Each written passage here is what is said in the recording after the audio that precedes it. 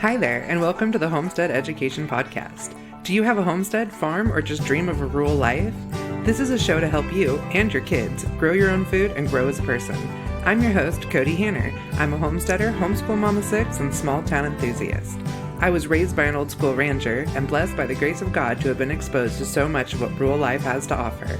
Join me every week to talk about homesteading, homeschooling, and growth with a homestead education. Hi, and welcome back. I just want to remind you that you can get all of my homestead science books on my website and many on Amazon for a new way of teaching agriculture to today's youth and aspiring homesteaders by focusing on small-scale farming and self-sufficiency. If you are a school, co-op, or retailer, feel free to reach out to me directly. So it's been about a month or so since I have just popped in and given you guys an update on what's going on in Kody's world. I mean, a lot of you follow me for the homesteading, some of you follow me for the homeschooling, some of you maybe follow me because I'm a little off, but that's okay too. I actually had someone, and if you're listening, you'll probably hear this because you do listen to my podcasts, that I dropped my water bottle while speaking in Colorado, and I was kind of embarrassed because it was really loud and like everybody heard it. Like I'm talking like metal water bottle to metal stage. And she's like, it kind of wouldn't be you if you didn't do something like that. So I guess I have a signature thing. Whatever. Um, so homestead life, let's start there because I mean, I think that's kind of like the driving factor for all of this. I mean, what we do, that's literally how we eat. It's a big part of our income. So the homestead is a daily thing that we're working on. Sometimes it's mundane and there's really nothing to talk about because the only thing that happened is the kids went and fed and came back and said everybody looks good and we go about our day. Other days, it's an all day thing. You know, we're farrowing, we're moving pigs, we're gardening, we're processing milk. I mean, it is just, it's everybody's involved. So, um, lately we just got back from the Modern Homestead conference in Coeur d'Alene. I'm still exhausted. It's an exhausting weekend. It's a fun weekend, but it's outdoors, it's hot, we're on our feet. Um, Talking to a lot of people, which of course is amazing, but I mean, after 2, 3 days of it, you're pretty much done. Um, but we had a lot of fun. We did some giveaways. We met some really cool people. My daughter really put herself out there and went and introduced herself to an influencer that she really looks up to. And not only gave introduced herself, gave her some gifts, but invited her back to the booth to talk to us about some health things. So I thought that was super cool too. Hey guys, I know that we are always looking for ways to connect our homeschool kids with our communities and find things to do when we're out and about. Plus, it is so important to be connecting with like-minded families and those that have the same interests that we do. That's why I'm so excited to announce the new app that just launched. Basecamp Ed is a community-based platform for parents to find like-minded families and dedicated teachers in their area. Whether you homeschool your children, are curious about it, or simply want to build a community of extracurricular activities, Basecamp Ed has you covered. Connect with local parents to create co-ops, form groups for your children's interests, and use the calendar to schedule events with ease. Teachers and coaches can also create profiles to list their credentials for parents to find a way to supplement subjects and activities. Homeschooling was never meant to be done alone. It takes a village. Build it with Basecamp Ed.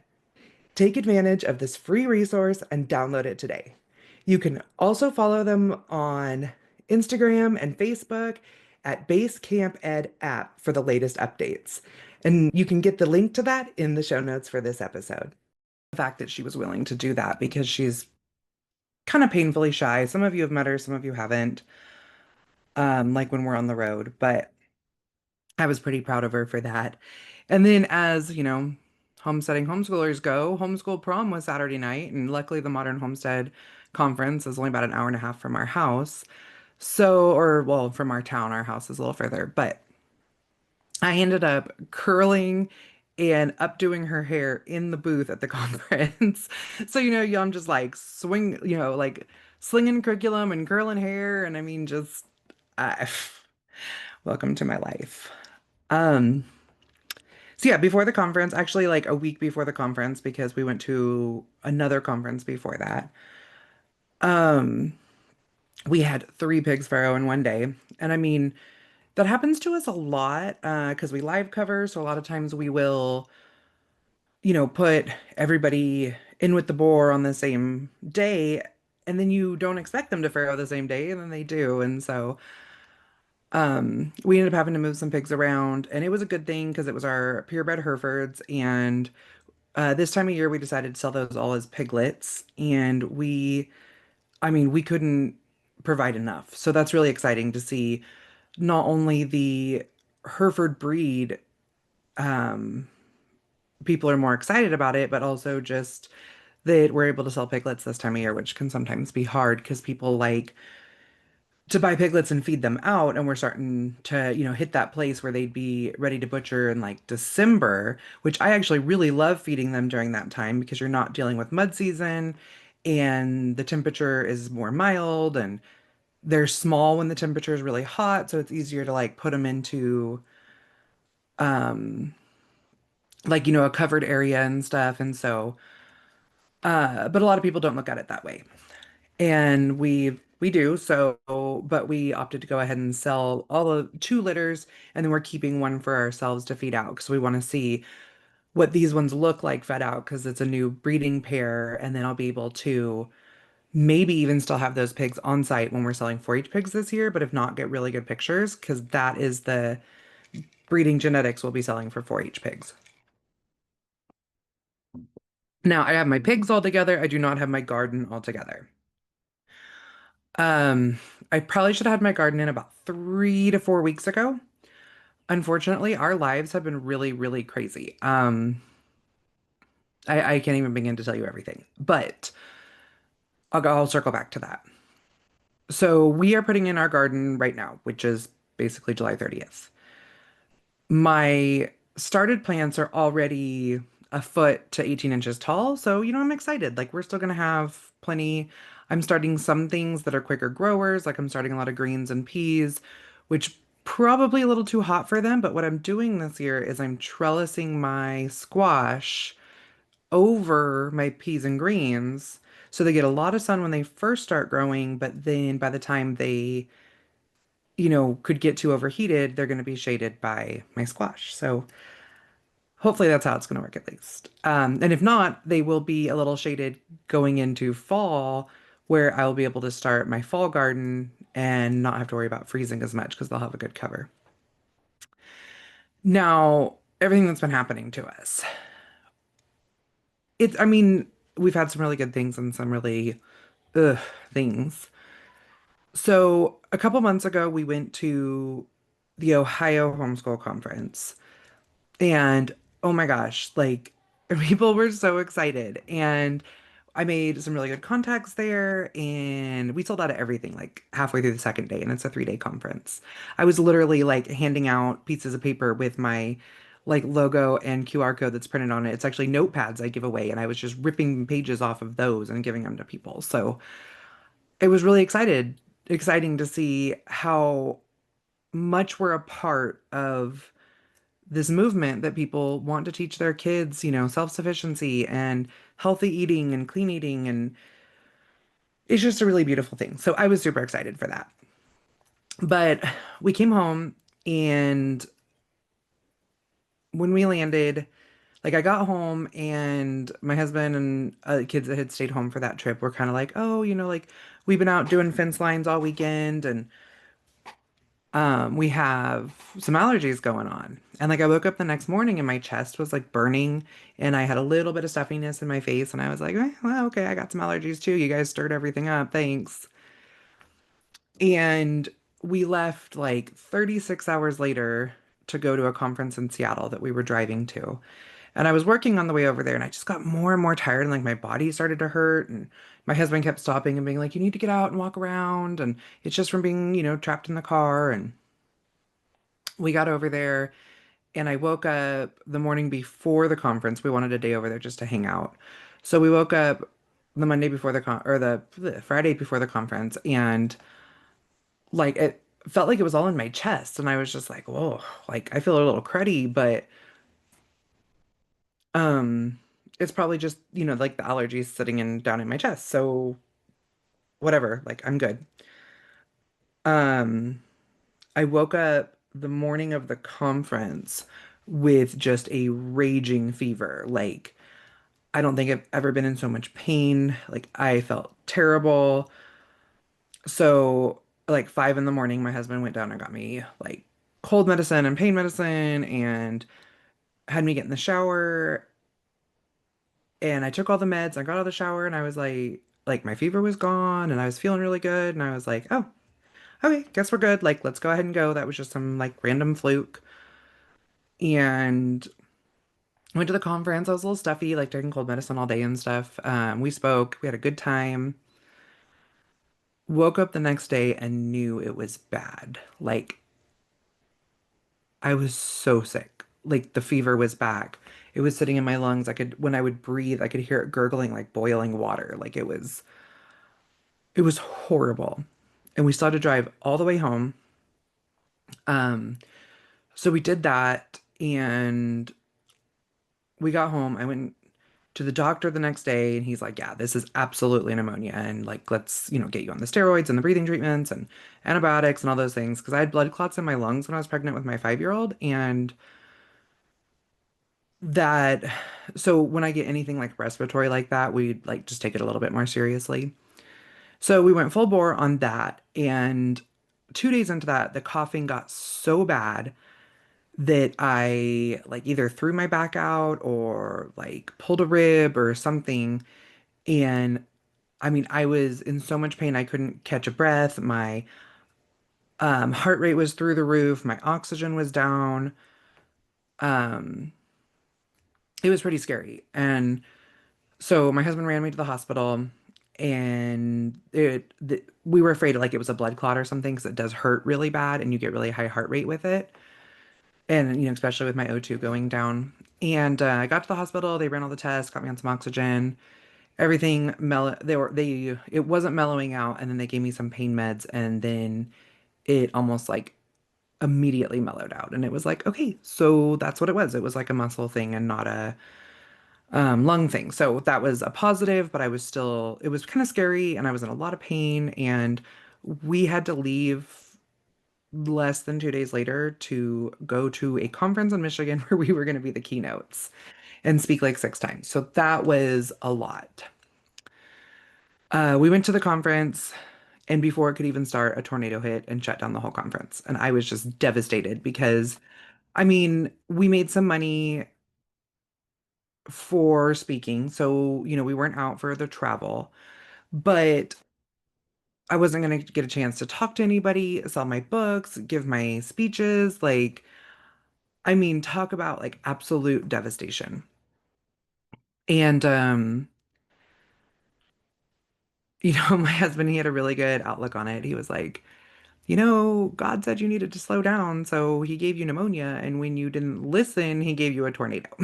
And um, so I just took the day and I slept, and he brought me soup, and I mean, I wasn't still sick at that time, but I was not better either.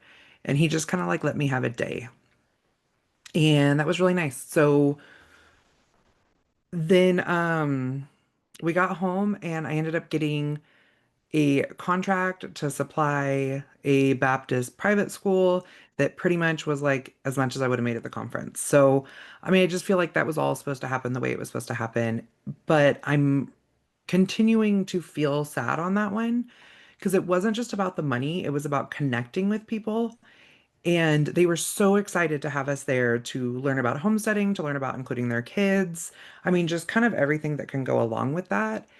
And then it was just kind of gone. And I wanted to reach them. I wanted to have those connections to uplift people, to enable people. Not enable, enable is the wrong word. Motivate, I don't know. But um so I'm feeling it and it was a bummer. And But, we're continuing on. We are speaking at a few more conferences this summer where we're going to be talking about some of the same things. We're going to be in Arizona and then in Arkansas for speaking. And so, other than that, I'm going to take the rest of my summer off from travel. I have, I have one like event that's going to be like a really quick, like my husband and I are just going to be gone for the weekend. Um, Other than that, I'm going to spend time with my kids. We do a lot of homeschooling this summer, a lot of gardening, huckleberry picking. I've recorded all of my podcasts through August. So this is kind of might be like the last time you get to like hear from me, and I'll give you an update on my summer. I mean, at least you'll hear from me, but getting like those recent updates. So just make sure you're following us on Instagram and or Facebook, and I'm spending a little time on TikTok now. So if you want to kind of see all the craziness that we're up to, that's where I'll be putting that. Now, I like to do a little section where I answer people's questions that you send in. And I've kind of had a lot of, we're kind of going like, I don't want to say we're going into a recession because I've seen a lot of positives with money, but I've seen some negatives and some uncertainties, and people just don't know where we stand. And so I had a lady reach out to me and ask me to do just an entire podcast episode on how to start a homestead when you're on a budget. And then I've been like mulling on it, thinking about it, wanting to make sure that I really can give you guys some solid information. And I got a um sorry. I had some people come to me at the Homestead conference this weekend, and they had really specific questions that, like I've been listening to your podcast, and I like one lady, she's like, I want to start raising sheep. I want to do the direct to consumer like you guys do with pigs, but my husband's really concerned about how we're going to afford hay and get to that point that we can sell the meat and not have it be costing us. So I was like, I think this is just a really good place to have that conversation. I had a few other people stop and ask kind of similar questions like, how do you deal with not having a regular income when you're farming? Like you sell a whole bunch of pigs or a whole bunch of meat and then you sell nothing. And yeah, that's a concern. And so I had a lot of those talks this weekend, and it gave me a lot of fuel to be able to have this conversation with you guys. So, today's topic is homesteading on a budget, building self-sufficiency when money is tight. Um, so I'm just going to start right off the bat. There's kind of this split feeling about homesteading, and once upon a time it was if you were poor, then you had to do all these things to grow your own food. And that's why convenience was sold to so many of our mothers and grandmothers and great grandmothers after the Depression. Um, we see now that that was not the best route to go. So, um, we're kind of in this place now where homesteading is seen as only something that rich white women do. And I'm gonna put it out there right now. I guess I'm a white woman, but I'm not rich. Not, that's and you know, we are more comfortable now because of the businesses we have built. But when we started this, that was absolutely not the case. We did not have a trust fund. We were able to buy almost perfect land, but we didn't come into it that way. And we are not Pinterest perfect. Like, holy moly, not at all. When we bought this place, so some of you know my husband's a disabled vet. And so we do have a base income from the VA. But then people are like, well, he's home, so he's able to do all that work. Because of his disability, he is not able to do all the work. That doesn't mean he never helps. That there's kind of a whole nother conversation there. But especially in the early years when he was struggling with the depression from his liver diagnosis and stuff, like, yeah, we had his income, but we didn't have him. It was a lot of me and the kids doing things. And yeah, he like helped, but it was kind of, it worked out to about the same amount of hours as if he was gone within a full-time job and then was coming home and helping in the evenings and weekends. So this is absolutely possible to do with, just mom and kids doing it and dad's income. If you're able to do it, find ways to do it where dad can come home too, or vice versa, then awesome, do it. But it's not going to look like that right at the beginning if you don't have some sort of plan. Like, I know a lot of people that will sell a property in a higher property cost state and then move to a lower property cost state. And then they only, their home is paid for and they have a little money in the bank to for their living expenses until they decide what they want to do next, whether that's make their homestead pay or go to work remotely or, get a little job in town or whatever it is they decide to do. Um, but not everybody starts that way. And honestly, when we moved here, we did it out of necessity because we had to, basically save my husband's life. So we had, when he, when his first wife passed away, or his late wife passed away, he moved back to California to be near his mom, which is where we met. And he had bought this tiny little house in the tiny little farm town that he had grown up in. And when I met him, that's the home he lived in. After we were together for about a year, we decided that we didn't want to live in that area anymore, and we moved to Oregon. And when we moved, his VA loan was able to cover the house that we bought, but we actually lost money on the house in California. And then we bought the house in Oregon.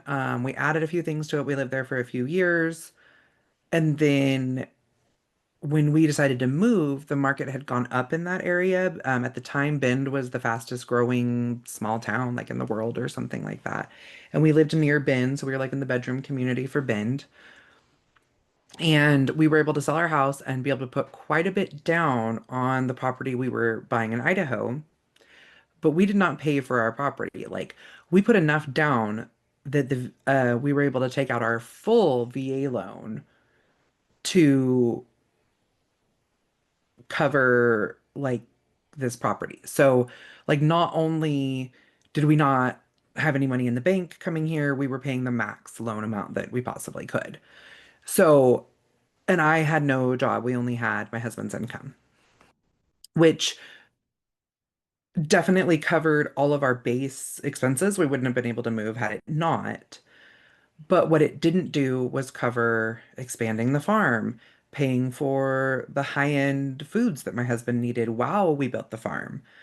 And so, I kind of joked like, okay, we have our dream homestead, but we can't afford to eat, so we better get at it. And I mean, that was really like we moved with some food, we moved with some canned foods. We had full freezers when we moved. We went hunting. We officially like got all settled in like the end of August, 1st of September. And a lot of our neighbors brought us fruits and vegetables that they had grown because they were like, we want to welcome you to the neighborhood and know that you aren't going to be able to have a garden in yet. So we wanted to share with you. So we thought that was really sweet. And that absolutely helped us through that first winter. Um, from there, I mean, I had a baby and COVID hit and I did start working in real estate, but um that was, I mean, it took me a year before I got my first real estate sale. So I was also driving to town several times a week to either work in the office or show houses, and all it was doing was costing us money. There was no income with that. So we really had to make the farm pay and pay fast. One of the things we did is our food. I mean, we cut our food budget back so far. A lot of it was from growing food, some of it was hunting, some of it was, um, doing things different costs. I do have an ebook called Homemade Cost Cutting. I will link that in the show notes. Making a note for that because that was a huge piece of where we saved money. Like we took our food budget from 25, $3,500 a year down to like 1,500. Like we saved like $2,500 a year switching to this. I mean, like our monthly food budget went from like 1,200 to 300. Like it was insane. Um, I mean, and little things like that seem like they aren't much. You're like, oh, big deal. I'm gonna save $20 a month. But when I can save $20 a month by making my own laundry detergent, because yes, by the way, we were buying, $10 to $15 laundry detergents every single week when we went grocery shopping. And so, I mean, that was, laundry supplies added up to maybe $100 a month. That's $1,200 a year on laundry supplies. When I started making our own stuff, I spend about $30 a month or $30 a year. Like I buy all the stuff and it lasts me a good year. And at this point, I just kind of, when we run out, we buy more, but it's only a few dollars here and there to when we run out of something. And that makes such a huge difference that extra $100 a month now that I have that I used to spend on laundry supplies now is open for me to use on something else. And then we're, cost cutting in other ways, like not buying lunch meat, buying roasts that I catch on sale for $1.50, $2 a pound. And we take it home and we roast it and slice it, and we get 10 pounds of roast beef sliced for sandwiches and wraps and um, French dip sandwiches. And I mean, whatever it is that we want it for, essentially $2 a pound plus whatever herbs I use in the house. Instead of it's like $10 a pound from the deli for the good stuff, which good stuff, it's still full of salts and everything.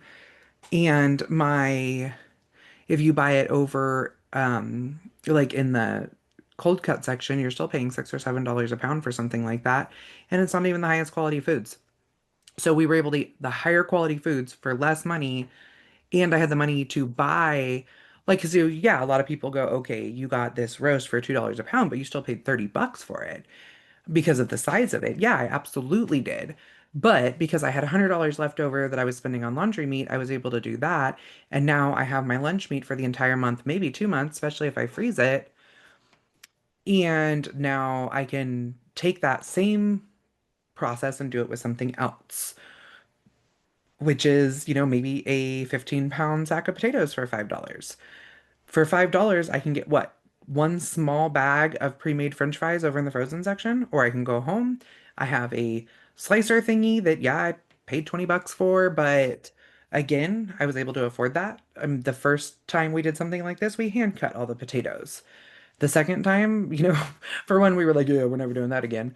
But we did do it, and the second time it was okay, with the amount of money we saved, we can now afford the potato slicer thing to make fries. So we made fries out of like 15 pounds of potatoes, froze them all, and then the kids had fries, like whether we were doing it with dinner or lunch, or the kids just wanted a snack, they could pull out a bag of fries, put it in like the air fryer, the oven, or toaster oven, or whatever, put different seasonings on it, and it's a meal. I mean, right there, like, because we do things sometimes like I'll make chili, and then after we eat, I don't freeze it as one big pot. I freeze it in like individual little containers. So then for lunch, the kids can, bake some fries, heat up a thing of chili, and have chili fries for lunch. And I mean, it maybe cost us $1 max. So, I mean, those are the types of things that we did right off the bat to be able to just afford some of the other things we needed or wanted to do. In a lot of cases, that was investing in the animals that were going to feed us in the future, or, the gardening or whatever it was. And we just really, really skimped on what we ate. And that doesn't mean that anybody was going without. It doesn't mean we were couponing. It doesn't mean that we were buying cheap food. We were buying whole foods and cooking it because everybody complains about how expensive real food is. And the problem is, it's not too expensive, it's too much work. And that's where like the line is drawn. So throw that out, do it. I don't spend all my whole life in the kitchen. We spend maybe a day a couple times a month, and we get a bunch done, and then I have routines to make the stuff during the week work. And I don't spend any more time in the kitchen than anyone else does. It's just it looks different. Like I might spend 3 hours one evening in the kitchen to only have to spend 20 minutes the rest of the week and have nutritious whole meals. So, with this whole like how do you start homesteading? Um, just start where you are because you don't have to have 40 acres. You can use, your balcony, a backyard, a windowsill, your third of an acre. You can rent land. You can, find a friend who wants to go in halves on a hog that they have a little bit more property, but you are going to grow something that they don't have room for or something like that. I mean, it works out differently. Like, um, there's all sorts of options. Because homesteading is really a state of mind. It's about growing food, making food from scratch, learning the skills. It's not all just about raising large livestock. And I know sometimes that can be the dream, but similar to how you save up to like, maybe your dream, people who have like different hobbies. My hobbies have always been like, hunting and farming and I also joke that some people have hobbies and some people have businesses. So, um this is my hobby. This is my business. This is what I want to be doing. But, say somebody likes to ski and they're always having to rent boats. So they're saving up money to buy a boat. If you want, I mean, of course, you're going to be saving money for a down payment on your homestead or whatever it is you're going to do, but learn skills. Consider that like a bank. Like you are learning the skills and saving them in your bank so that one day when you have a homestead or while you're working towards it, you're getting to do all the things and you're learning them. So whether that's buying a book and reading about it or trying it at a friend's house or learning, how to butcher meat, like by buying, you can go to the butcher shop or even a lot of grocery stores and buy primals, which is where you get like an entire leg from a pig or a cow or something. I mean, you have to pay for it, but you're getting it in that whole form, and you can take it home and learn to cut meat that way. So you don't have to have your own um, sheep or cow or pig or whatever, even chickens. I mean, just practice, buy a whole chicken and cut it down. It's cheaper that way, anyways. Um, So it's all just, like these pieces you have to put together and be intentional about that. Like I am intentionally buying this whole chicken rather than the breast so that not only am I cooking dinner for my family tonight, I'm learning a new skill and I can use the carcass to make broth. Check. You just kind of covered all the pieces right there um in this skills bank. Um Now there's a lot of hustle that goes on in coming up with the money.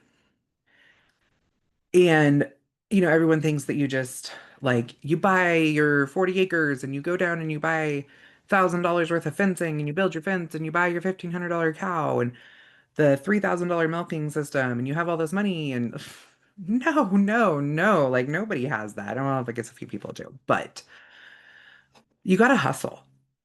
If you really want it, you have to work for it. And I mean, it's just true for that on anything, but like stop waiting for it to be handed to you or stop feeling sorry for yourself because you don't have it. And if that pisses you off, then maybe you need to reevaluate. Because I work hard for everything I have and I have great things. And things that mean something to me. I'm not talking like expensive things, like things that mean something to us or our farm or our businesses or that our kids have the experiences they want to have. And that's because we worked for them. People come to me, I've had people come to me and be like, "Oh, you're so lucky," or um, you were privileged to get this. No, no, I was not. I worked for everything. Like even, sometimes I'll tell people that like my dad had money. He did, yeah, but he didn't agree with me going to school and I was a single mom and so he thought or going like to college and I was a single mom, so he also thought like, well, if you're going to be a mom, you're figuring this out on your own. So I did that by myself. The only time he gave me money is if he was giving me gas money to drive over the mountain and like see him for the weekend. um, or work for him or something like that. So this was not just a handout situation. Like I worked my ass off for it. And like neither of my parents had ever, had gone to college. This wasn't something that was expected or even supported in a lot of ways. This was me doing it, like straight doing it. Like I lived hours away from my family. If I wanted a babysitter, I paid for it or I traded for it. I mean, this is um like I was hustling doing this stuff long before I was ever a homesteader. As an ag major, I had a lot of people I worked with on the school farm. They lived in fifth wheels. They didn't have places to wash their large bedding unless they went to like a laundromat and spent, $50. And I worked with these people every day and I knew them and trusted them and they knew my kids. So yeah, if I wanted a sitter to go out to dinner with some friends or get a drink on a Friday night or go on a date or something like that, 'cause yeah, I was a single mom at the time, I would trade them, I would make them dinner and then they could use my washer and dryer and I'd put the kids to bed and then they would hang out and um they would hang out with the kids and I would be able to go do whatever it is I wanted to do. So I mean, this is just, you have to, like I said, you just have to work for it. And I hope I didn't offend you, but sometimes it just takes a lot of work. Um, you can do odd jobs, you can, and save that money. You can, flip things, flip furniture, um, clean people's houses, do their taxes. I mean, if you know how to do that. And I mean, a lot of people are coming out of the corporate world and they're like, yeah, I can do taxes or I can, do bookkeeping. Like, do bookkeeping on the side. Like, you don't want to go do a full-time job because you're wanting to be home on your homestead. But you could do bookkeeping as a side job, like in the evenings when you're not outside working. And that right there is going to be the money you need and you're not taking away from your homestead or your homeschool or whatever it is that's going on. Um, you can create value from the things you're already doing. So, a lot of people talk about selling plant starts, and it seems like a little bit of a pipe dream. There's been years that I've started 2,500 plants and I just sell them for a few bucks a piece. I'm not undercutting anybody because when you break it down, like if you go to the garden store and you buy the little six pack, you pay like, 4.99, 6.99 for it, whatever. And I'm selling my little plants like one little pot at a time for like $2 or $3. And it probably actually works out to more, but people come and they like that, like, $2. And I do all of these different heirloom varieties. And so they don't have to be like, I'm getting a six pack of beefsteak tomatoes. They can be like, I'm getting mortgage lifters and San Marzanos. And like they can build their pack and it's worked out really great for us. And then there's years where I didn't do that intentionally. I just started what we needed, or we had some things that we lost. This year is kind of one of those years. And I have enough to plant my garden, but I'll have some leftovers, and we have a little farm store here. So whatever I have left over will go on a table in front of the farm store. I'll snap a picture, put it online. Maybe I'll sell them, maybe I won't. I always keep them watered. I up pot them, if I can. And sometimes I'll get some extra like cherry tomatoes or something like that growing in front of my farm store, which is fun for my kids, fun for people who bring their kids. Now, I actually we started our entire like purebred pork herd from plant starts. I had a pack of seeds. I started growing plant starts. I sold those, bought more seeds, like more varieties, started those, sold them, used that money. I was going to go use it to buy a couple of pigs just to feed out for ourselves. I ended up catching a good deal where I sourced a bunch of pigs for the community. I ended up making enough off of that to buy about 10 pigs for ourselves, all the feed to feed them out. And I sold them all as whole and half hogs, except for the two we were putting in our freezer, which was already the plan. And that gave me enough money to start our good herd to get the supplies we needed. Pigs happen fast. They call them mortgage lifters for a reason. So I was able to very quickly jumpstart a very profitable, lucrative part of our homestead. And so you just have to figure out what that is in your community and what niche you're filling. Some people even just baking bread. I know it sounds simple, but I'm not talking like fancy sourdough either. I mean, you can do that if you want to. Just bake loaf bread and sell it, especially if you live in a place where you have high traffic. I mean, good quality loaf bread that you're using quality ingredients, possibly local flour or whatever it is you're doing, that you can market that differently, especially if you can be like, buy your bread, milk, and eggs, like all here. It makes a difference, and it costs me a quarter a loaf. That's it. So as long as you're selling it for more than a quarter, you're making a profit. Um, are you looking for new ways to advertise your business? I would like to invite you to advertise your business on the Homestead Education Podcast. Did you know that 60% of listeners will make a purchase after hearing an ad on a podcast? Why is this? Because personal connections and credibility from someone they truly trust will give you the best conversions. My podcast has been on the air for over 3 years now, and with an average of 5,000 downloads per episode and tons of long term listeners, you're bound to have somebody who will find that credibility in me. All ad spots will be promoted on YouTube, Instagram, Facebook, and my weekly newsletter. I have podcast sponsorship spots available that are affordable for all business sizes. And all advertising revenue will be used towards my educational outreach in the form of travel costs, curriculum development, supplies, and the administration of such activities. Go to my show notes now or visit thehomesteadeducation.com/podcast dash sponsorship. I hope to hear from you soon.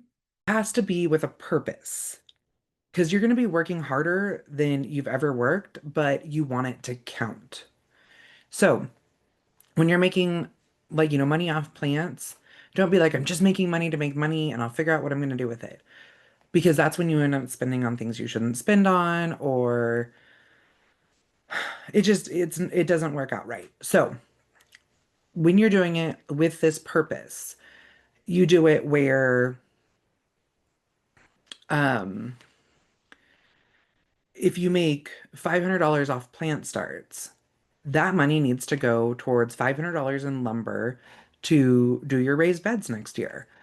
Um, and you don't have to do it exactly like that, but have a plan. Or, some people use, I don't remember what the method is called, but you find something that you're selling regularly. Like people buy your bread year round.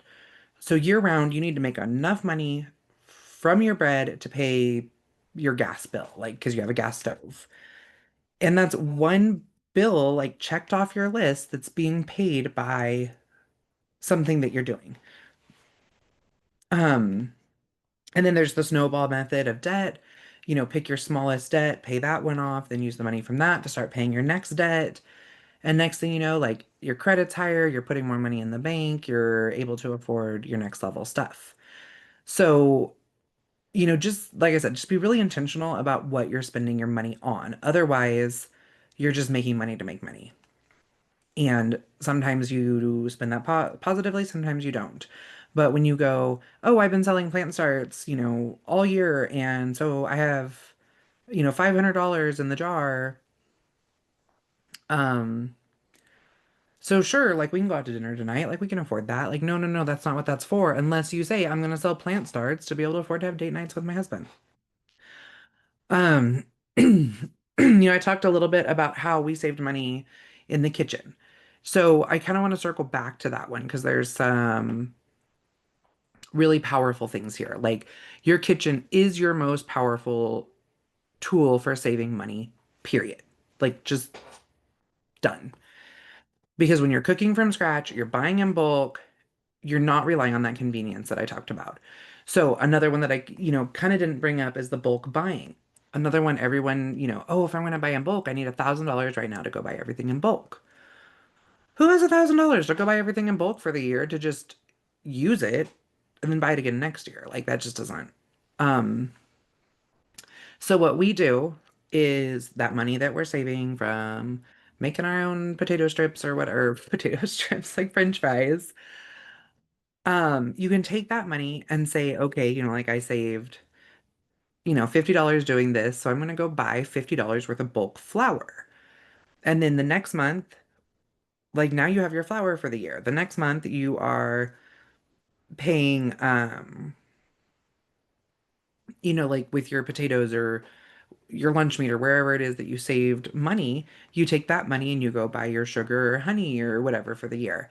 And then your coffee, and then you just keep going through that. So every month, like it takes like a good year to get a routine, but every month you're doing that, and then suddenly you're not having to save money to buy those things. You have a certain amount of money set aside each month to do bulk buying, and you're not having to find that money. It's just already there because you've been saving that money all along. Because buying bulk flour, like I said, it's $1/4 for a loaf of bread. If I go to the store right now, even the cheap, cheap stuff that I really don't even want to feed my kids, but sometimes do, is $1.50 a loaf now. Like it's you can't even get like dollar bread anymore. So, and if I want to get them something halfway decent, we're looking at 2.53, maybe $4 a loaf. And if I'm wanting sourdough or any type of specialty bread or anything that's like, the whole grain with the nuts and that type of stuff, we're looking at close to $10 a loaf. That's in Idaho where I feel like the cost of living is pretty low. So think of that quarter a loaf. Think what you could be buying with that. Another one that, people joke about, how much money you would save if you didn't buy coffees. And a lot of people go, well, I don't buy coffee. We live 40 minutes from town. We don't buy a lot of coffee. I mean, we buy coffee grounds, we don't buy made coffee. Maybe one time a week when we take the kids to co-op, if we can afford it, we will get ourselves a coffee. And that's kind of just our little treat to ourselves because I never teach the first class in the morning. So we'll drop the kids off. And that's if we have errands to run or whatever, we'll do that at the same time. But my husband and I get our little treat. Other than that, though, we make our own coffee creamer. We do all of that at home. So I'm buying coffee, but I'm not buying like the expensive creamers and stuff, which I mean, a small bottle of the creamer that we kind of like from the grocery store, which then I realized literally didn't even have an actual ingredient in it. It was just chemicals. I mean, it's like $5 for when we're drinking it at home and my husband and I are both having coffee and maybe the teenagers having a cup or we have company over. Maybe it lasts a week. Maybe. Probably not. Probably just a few days. So I mean, even just that $20 or that $5 over the month is 20 bucks. When I make my own creamer, it's like 13 cents. So yeah, you can't even like compare. Um, so yeah, I mean, just keep on with those things. You can always look for something. Like I said, I have my homemade cost cutting book. Um, Also when you're doing a lot of making your own bone broth and fermenting breads and those types of things, it's really helping your gut health. So you're not having to buy as many, supplements or probiotics or the other things you need, like pain medications because you have body aches because your gut flora is all messed up. Like it all just kind of comes together. Another one we do that I kind of mentioned before is bartering. So use your skills and the goods that you have to get what you need without spending actual cash. Like how I talked about like the pig and the eggs, like trade what you have. Trade eggs for raw milk. A lot of people do already have chickens, but some of them don't. Or during months when their chickens are molting and yours aren't, you might be able to trade with their. Do you have a trade? Like my husband does mechanic work for the neighbors in trade for hay. It handles our hay bill every year. And then I can have the two dairy cows I want and a small herd of beef cows, um, where we're getting milk, we're getting beef every year, we're selling our beef, and I'm not having to pay to feed them. And that's a huge, huge piece of being able to have a herd the size that we do. We've even traded piglets to neighbors for 1 ton things of grain. So my pigs go through about a ton, well, at least my like mama pigs and stuff, they go through about a ton of grain a month. With that, I can trade 1 piglet per ton of grain. So if I have that lined up, that's 12 piglets. That's only 1 litter when we have 30 or more litters a year. One litter would cover all of our feed for those moms. Um, I mean, that's right there. That makes it where we can grow our herd and we can do the things that we need to do. Um, you can also trade your labor for knowledge. So you want to learn how to do something, you want to learn how to milk a cow, you want to learn how to cut hay, whatever it is, offer to go do that for somebody. Like if will you teach me how to bale hay and then I will buck it all out of your field for you. Like you'll be tired, but you'll have a new skill. Um, and plus so many homesteaders, they're just willing to teach. Like it's not a thing. Like they're not trying to gatekeep stuff. They want to teach you. I mean, here I am teaching you. What I charge for my curriculum where I put it into lessons and paid for the book to be printed up and you have something to show your state. I mean, that's what I pay for, or that's what I charge for. Not the knowledge, the convenience of having the knowledge all in one place. There's kind of like a difference there. Um, so find things for your cheap. Craigslist, Facebook Marketplace. So I mean, they are so great. Um, The difference is that what's really you can find things free sometimes, low prices. Another one we found is somebody was like, if you take our fencing down, you can have it for free. Okay, I have teenage boys. We went over there and took down like a mile of fence, rolled it all up, put it on the trailer, and we had enough to create a whole new pasture. Like done. Like so wonderful. Sometimes things are broke. So, if you need to, if you need a lawnmower or something like that, you go get the broke thing and you come home and you fix it. But you have to learn something new. Um, Thrift stores, sometimes that can just be a fun hobby, but then you're finding like canning jars and cast iron and sewing stuff and clothes for farm work. And I mean, not even that. Like, we live in a really small town where there's not a lot of options for fancy shopping.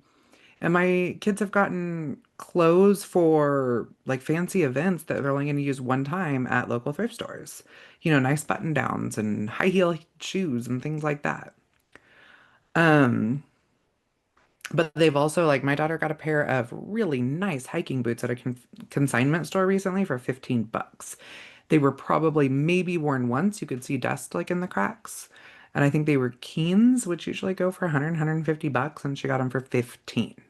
Like seriously, thrifting is not that big of a deal. Like, just, I mean, it's a big of a deal in the good way. It's not a big deal in a bad way. So do it.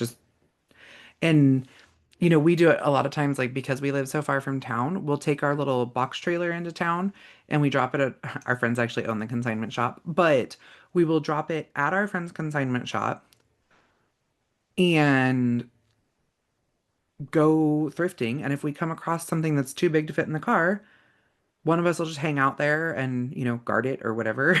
And my husband or I will shoot back to the consignment shop and hook up and go back and get whatever the big thing is that we wanted. Um, and the kids love it. And it's a day out of the house. We maybe get an ice cream or, something cold to drink over a drive afterwards or something. Um, you really have to build community because somebody else is, somebody's always new. Somebody's always moving forward. And they can help you. They can, to help you get to the next step. But you can't compare your beginning to someone else's middle or someone else's top. Like you have to get there. They got there, you can get there. But if you're building relationships, you're going to get skills and encouragement. You can invite people over for work days. I know that sounds really weird. Like, but I would absolutely like we've had the best days going to barbecues at someone else's houses, or we do it here. We say, hey, we have a project, we need extra hands. We will, cook dinner for everybody. We'll do something on the smoker so it cooks all day, and I'll have like maybe like cowboy beans in the crock pot or something. Um, Bake cookies the night before, and everybody comes over. They work all day, the kids play. We have a barbecue afterwards, good times, nobody's expecting money. They just are doing it for the experience, the community, the helping out some friends because we would do the same thing for them. So don't like, discredit like the community that you can possibly have with people. You also have to realize that you're richer than you think because the self-sufficiency, remember how I talked about putting that into the bank?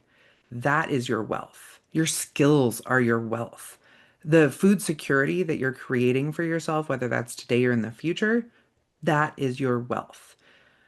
You may not have like cash money in your hand, but you have grit and creativity and purpose. Like purpose. Oh my gosh. Like as a society, we don't have purpose. Our children don't have purpose. That's why they're depressed. That's why they're anxious. That's why they don't know what they want to do with their lives because they don't have purpose. Like, oh my gosh, like the more purpose you can find, the better. Um, so don't wait until it's like the perfect time or you have enough money. Just start today.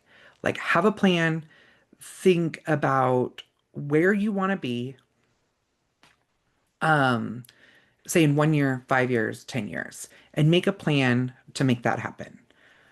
Um, start with your skills, start small, start making some money, do whatever it is that you need to do.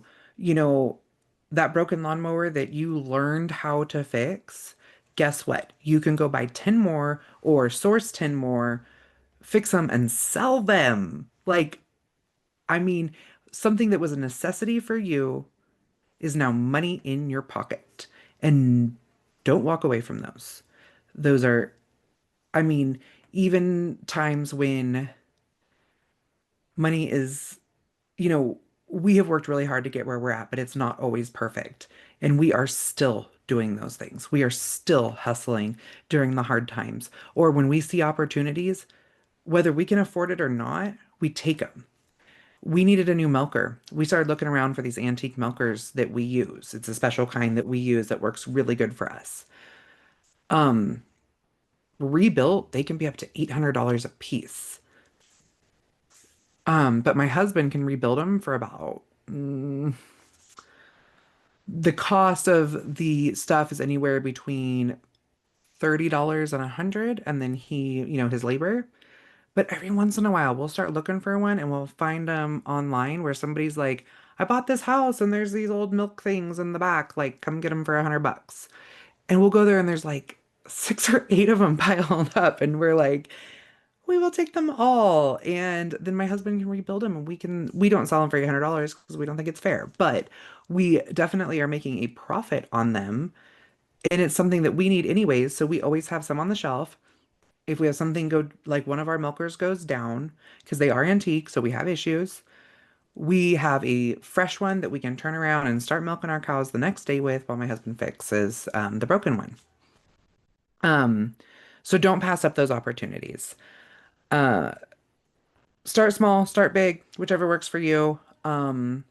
Just don't let yourself get burnout. If this isn't already your hobby or if this isn't something that you are hardcore passionate about, don't start big. Start small.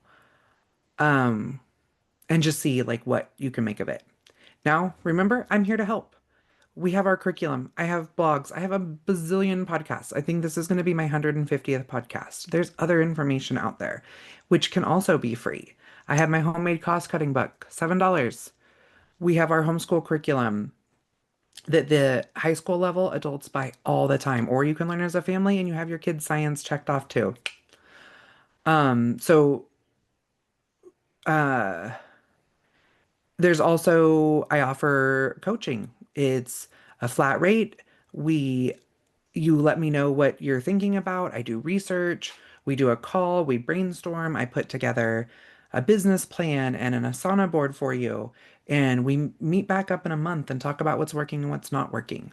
So, yes, that is an investment. But if you're in a place right now where money is good, but you want a homestead, and are afraid that that's going to make money bad, that this is a great place to invest in the coaching that I have to offer because I have lived or worked in agriculture literally every day of my life. Not my life right now. Like I was born, when I was born, my parents owned a ranch. I have lived on a cattle ranch where my dad was a hustler. Um, we I majored in agriculture. I hunted. My mom was a taxidermist. My dad was a hunting guide. I worked in food. I've been a food safety consultant, a food safety specialist. I've done small farm consulting for 15 years. We have our own small farm. This is what I do, and it's what I love to do. And you're going to get so many wonderful ideas. So reach out to us. I will link my coaching as well in the show notes. Um, but if you have questions, if it's a right fit for you, or you just have a quick question, I'm always, always, always there to help you out. So, with that, I hope you guys keep growing and can't wait to talk to you again. Thank you for joining me today at the Homestead Education, and I hope that I have given you something to think about this week. To help others find me, please comment and leave a review on your favorite podcast player. You can also follow me on Facebook at the Homestead Education and Instagram at Homestead_education. Do you have questions that you would like answered or just want to say hi? Please email me at hello@thehomesteadeducation.com. Until next time, keep growing!